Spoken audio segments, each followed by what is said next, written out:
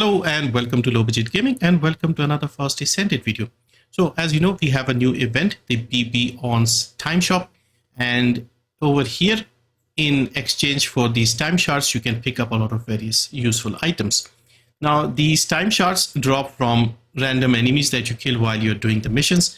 I have tested various missions, and the idea here is the more enemies you kill, the faster you kill, the more time shards you'll get.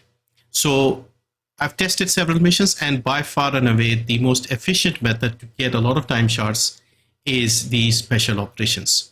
So I would go with normal difficulty, I would go with Contagion Frena, I would go to Fortress, and I would run this solo. Solo because again, you will be the only one here.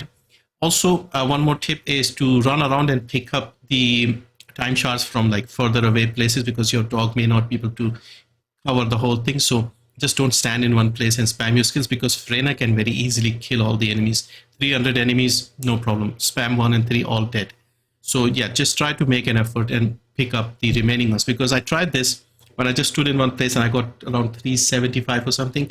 Next time I ran around and tried to pick up some myself, and I ended up with almost 500. So try to do that if you can. So what to pick up with these time shards?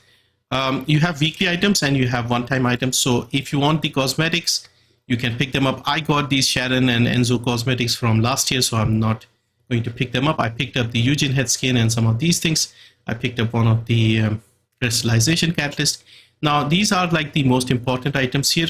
Now depending on how many ancestors mods you have and things like that, you may want to get some of these, but this is the most important one here, superheated material, also the most expensive one, because you can get 10 every week and they cost 2,000. So that will be a lot of work just to get 10 of these. So yes, I would say try to prioritize this, because we can still get ancestors mods with daily missions and things like that. New week has started. You can get 10 from the Forbidden Sanctuary, 10 from the Supermassive Receptor. Daily missions will give you some. Same for the trigger modules. Plus with the ancestors modules, I'm already full. My inventory is full. And I usually end up getting a lot for Keelan and people I'm not using. So you may want to delete some. But yeah, I would focus on trying to getting these first. If you can get them, then you can pick up some of these. This one here is good, but 4,000 only if I've picked up everything else. So that is my priority. I'm going for the cosmetics and the cheap stuff first. And then I'll focus on the superheated material, because this looks like something that will only be available in limited time events like this, sort of like the photon imprinter. So yeah, so I'll try and prioritize this and use it sparingly as well. For example, if you have a Descendant whose ancestors mod just doesn't drop for you, then you can use this. And yeah, then try to get these.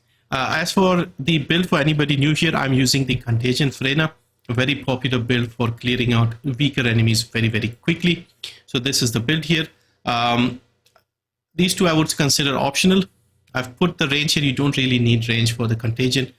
But yeah, you can use it if you want. You can use HP here. You can use, if you have a good Ancestors mod or something that brings down the cooldown, you don't have to worry about min-maxing for this mission, because again, Frena is just too powerful for here. So you can use something like this here.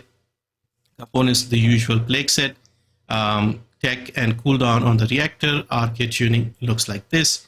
And yeah, inversion, it looks like this. You may occasionally have an issue with MP. If you're spamming too much or if you have low cooldown, you can swap out the dog for the empty dog if you want. But yeah, that is about it. So yeah, so that is the time shards and the efficient method to get it.